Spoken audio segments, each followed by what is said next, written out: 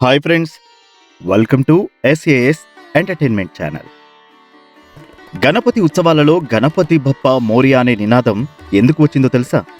14వ శతాబ్దంలో మహారాష్ట్రలో మోరియా గోసావి అనే గణపతి భక్తుడుండేవాడు.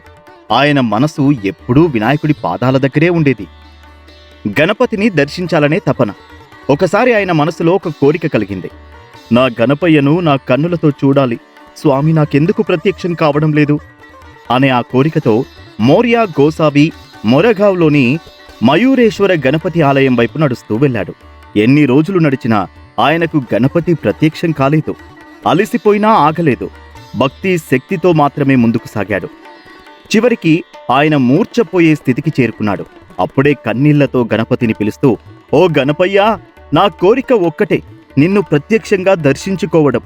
నువ్వు రాకపోతే నేను ఇంకేమీ కోరను అని గుండె నిండా ప్రార్థించాడు.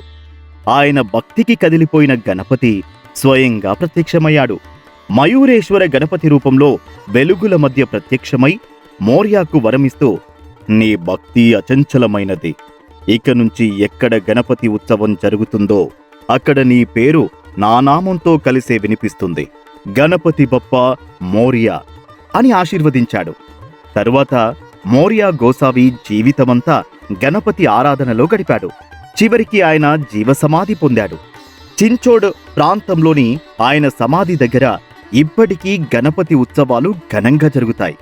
అందుకే ప్రతిసారి భక్తులు గణపతి బప్పా మోరియా అని నినదించినప్పుడు గణపతి మాత్రమే కాకుండా మోరియా గోసావి మహాభక్తి జ్ఞాపకం కూడా మనలోకి వస్తుంది.